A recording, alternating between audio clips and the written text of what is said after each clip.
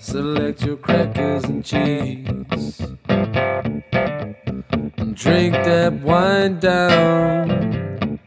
Don't have to worry no more, 'cause we ain't stopping.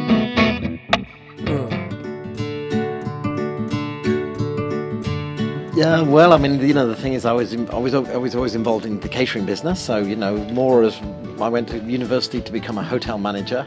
I did a fair amount of working as chefs and things like that, and then just sort of fell in love with the wine side of things. And I remember very early on doing tastings and reading books about what wine should taste like, and reading all the tasting notes, and you know, reading what I should smell in the bottle and what I should get out of the glass.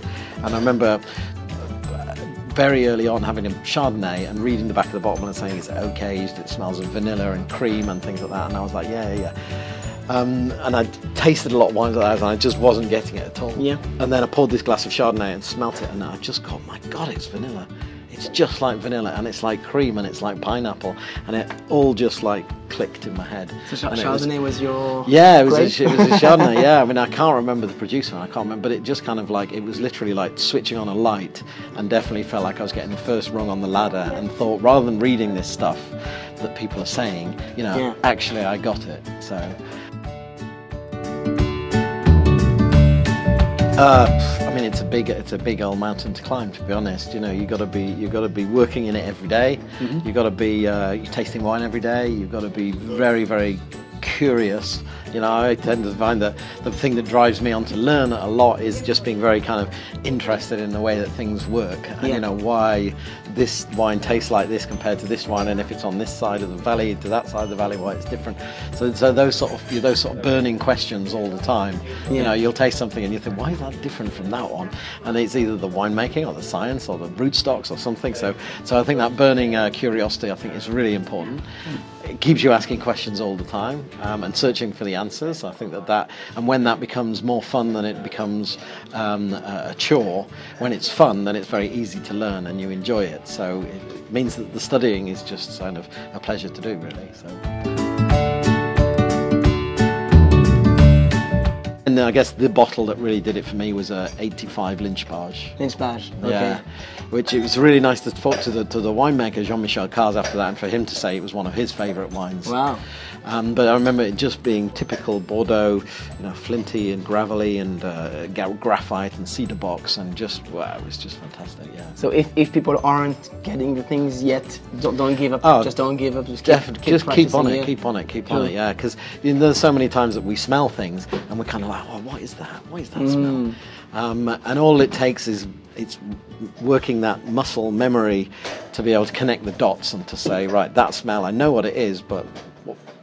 And the more and more you practice, eventually it connects, and you say, ah. Cool. And you get odd things in wine as well, like banana and coffee and chocolate and things that you wouldn't expect to find in wine. But when it's clicked, then you keep eating, keep smelling, keep eating. It's not bad homework, is it? It's not bad research. It's not too bad, actually. It's too bad.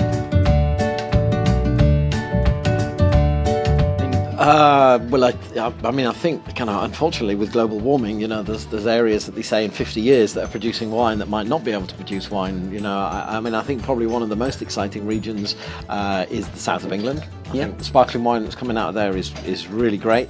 The English wine industry has seen massive jumps in the last 10 years. So I think that's really interesting, you know, and see being in London and being in England and seeing that development is great. So very old world and new world then, because it's coming out. I don't know. Is it old world, new world? Yeah, so I think that's exciting. I think there's places down in, you know, Croatia and Georgia making some really good wines now. I think that's, you know, there's things happening all the time. So, and you know, you see places like South Africa that I think in the last 10 years have really stepped up and improved the game, and are doing really good wines now. So, and again, is that old world, or is it new world, or is it new wave that makes them more new world?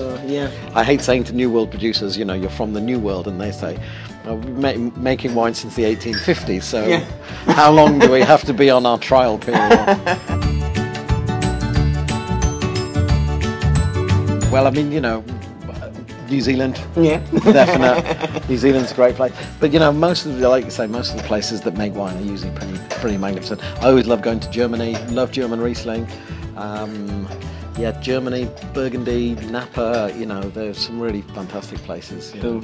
So a long list of places. A long list, yeah. It's hard to choose, isn't it? Well, thanks very much for your time Absolute today. Pleasure, yeah, and we'd love to have you here again whenever on our trips. So thanks very much, Ronan. Thank you very much. Thank you. Cheers. Thanks. Bye, guys. Thank you.